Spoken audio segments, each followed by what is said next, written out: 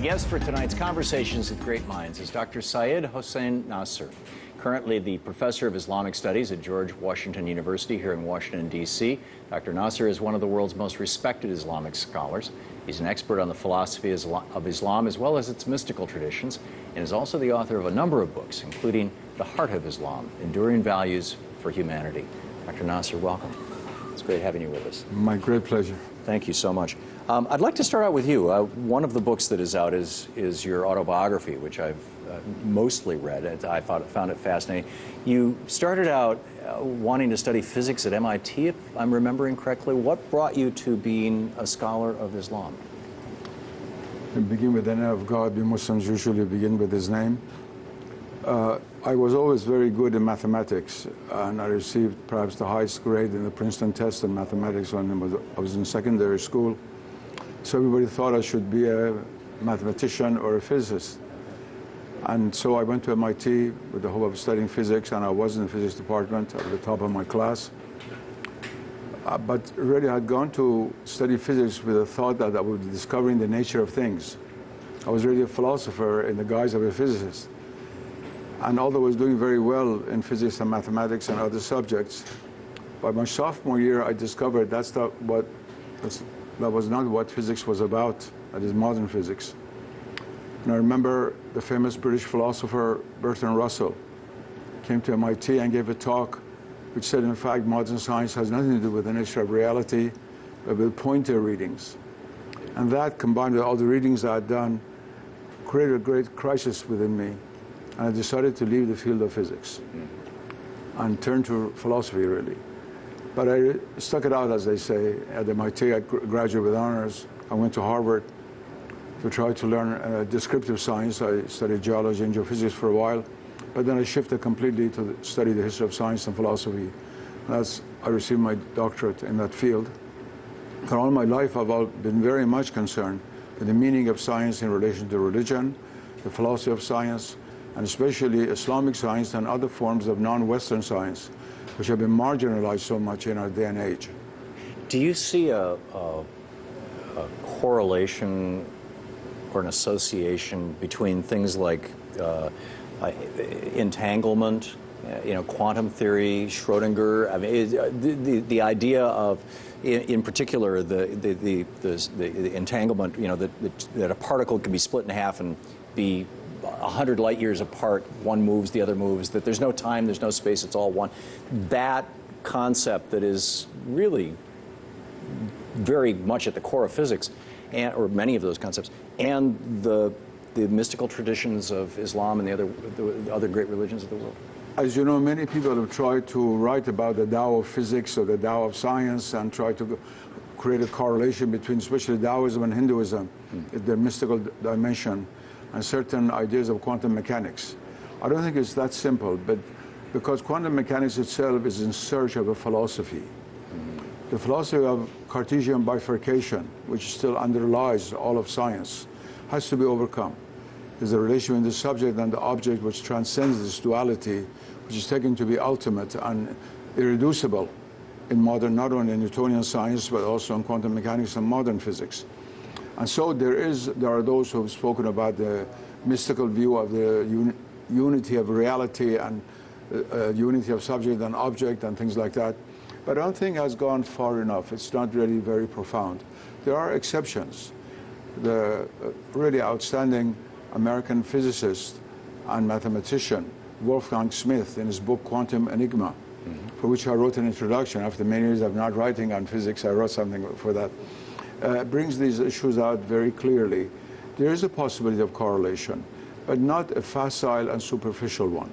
The important thing is that quantum mechanics breaks the mechanistic, clockwork view of the world, which 17th century science, finalized by Newton's Principia, brought about, and within which most modern minds still function. And that's why also it's very difficult for modern people to get a grasp of what quantum mechanics says. They repeat it, but it has not really changed the worldview. It has not changed the paradigm within which modern civilization still functions, which sees the world as a machine. Even biology now, many biologists, not all, are trying to look at the living being as a complicated machine. This is the heritage of the 17th century. Yeah. And the greatest importance of quantum mechanics is the breaking of that view, going back, in fact, to Schrödinger and Heisenberg and Dirac and the early physicists who founded quantum mechanics in the early part of the 20th century. Would you suggest that Cartesian worldview that suggests that everything is a machine, which is relatively counterintuitive, you would think? I can take my car apart in my driveway, put it back together, turn it on, and it'll run. If I take a cow apart in my driveway, no matter how good a surgeon I am, that cow is never going to moo again. There's a difference between living things and machines. But do you think that Cartesian worldview that says that there actually is an association, or they are similar somehow, is at the root of a lot of our societal problems, our spiritual sickness? Or very, very much so. First of all, a divorce between what we make and who we are. Modern technology is a soulless activity in many ways. But many people are devout Christians or Jews or Muslims or otherwise who deal with this technology without ever thinking of its consequences. And it's also this bifurcation deeply is at the roots of our environmental crisis, because we consider the environment, not individuals here and there, but the general worldview of modernism, as simply a complicated machine to be devoured and made use of, and for power and wealth and greed and so forth, but never as a living being, because a living being in modern physics doesn't mean anything really. And life is supposed to be an epiphenomenon. It is an accident, according to most modern scientists, not to speak of the spirit and the soul and all those other realities of the human state and of the cosmos. So the environmental crisis is really the result of forgetting the unity of the cosmos and its levels of being, from the material to the spiritual and the psychic and psychological, everything in between. And so yes, it's related a great deal to our present-day crisis. An extraordinary perspective. How does this tie into modern-day Islam? It doesn't, in a certain sense, in the sense that Muslims, like all non-Western religions, Hindus and Buddhists and so forth, have been since the 19th century trying to emulate what the West does, technologically and scientifically. They put aside their own scientific heritage and even the remarkable technologies which they created, whether it be Chinese or Islamic or Indian or otherwise, all avidly trying to pursue and emulate and ape, in fact, what was going on in the West. And so many Muslims, there are a few exceptions, many Muslims are not even aware of the roots of the environmental crisis and of the social and cultural crisis which modernism brings about. There are three types of Muslims. Either culturally westernized Muslims who simply ape the West, and they're more westernized than Westerners, and that is why the most profound criticism of modern Western worldview has come from the West and not from the Islamic world or other Asian countries, with a few exceptions. Ananda Kumaraswamy in India, yours truly in Iran, those are exceptions. Usually it has come from the West itself. The second group are Muslims who try to fly away, try to remove themselves from all the challenges of modernism by tying themselves up in a cocoon called fundamentalism, by going to a very restricted understanding of the religion and simply vilifying all that is outside without thinking about it. And the third are the traditional Muslims who still survive and about whom not many people speak about in the West when they try to understand Islam. And they're the people who still live within the traditional Islamic worldview, in which there's an integration really of religion and the view of nature, in which the cosmos is not separated from man's religious concerns, in which the phenomena of nature have a religious significance as well as weight and measurement and quantity, which modern science deals with. There was a 16th century, as I recall, or 17th century Christian philosopher who talked a lot about this, Meister Eckhart. And then there was an Islamic scholar, Rumi, and poet, who basically talked along these same lines. If I mention Eckhart to most Christians, they have no idea who I'm talking about.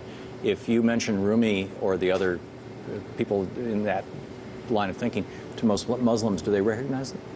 First of all, I'm sorry to correct you, but Eckhart and Rumi were both contemporaries almost and belong to the 13th century, not the 17th century. Thank you very much. Secondly, although there was a revival of interest in Meister Eckhart as part and parcel of the New Age phenomenon and the hippie movements in the 1960s, and thousands of books of Eckhart were sold before it was only read by scholars. Pfeiffer's translation was only known to scholars of Christian mysticism. But it didn't spread. It did not spread even in Catholic circles. Whereas in the Persian-speaking Islamic world, that is in Iran and Afghanistan, in Central Asia, in Tajikistan, places like that, there's not even a ditch digger who doesn't know a poem of Rumi. Really? The penetration of this worldview into all of the strata of society in the Islamic world is really quite remarkable. And you don't find the like of it when you turn to such great masters of mysticism as Meister Eckhart or Angelus Silesius, these people like that in the West. Yeah, that's remarkable. The difference, most Americans don't know, I think, the difference between a Sunni and a Shia, or between Sunni and Shia Islam. Can you, we have, I think, about 2 minutes. Can you give us your thoughts on this? Very quickly. First of all, this is very strange. There have been all these works of Orientalists on Islam, but apparently has not percolated down into the general consciousness of people. Every great religion of the world, when it caters to the needs of a large population, has to have different interpretations. We have Catholicism, Protestantism, and Orthodoxy. Protestantism coming much later. Sunnism and Shiism are really like Catholicism and Orthodoxy. They go back to the origin of Islam. And two different, I would say, orthodox and traditional interpretations of Islam, outwardly going back to who should have succeeded the Prophet, not as a prophet, but as a political and religious leader of the community, right. But inwardly, what the function of that person should be. And so the majority sided with Abu Bakr, who became the first caliph, first successor of the Prophet, founded the line of caliphs that were to follow, and a minority followed Ali, the son-in-law and first cousin of the Prophet, whom they considered to be the right legitimate heir to the Prophet. And they consider him to be an imam. And the idea of imam in Shiism does not exist in Sunnism. Imam is not only a religious leader of the mosque. In Arabic, in the Arab world, if you say imam, it's the imam of a mosque or a learned man. Whereas in the Islamic world, in the Shiite world, it means a person who is endowed by the Prophet with a particular spiritual function. And the 12 Imam Shiites, I'm a member of the 12 Imam Shiite branch of Islam, and it's not a sect, it's a branch of Islam. We believe there were 12 Imams. The Ismailis have what they call the living Imam. The President Al Khan is the successor of a long chain. We'll come right back to this in just a moment.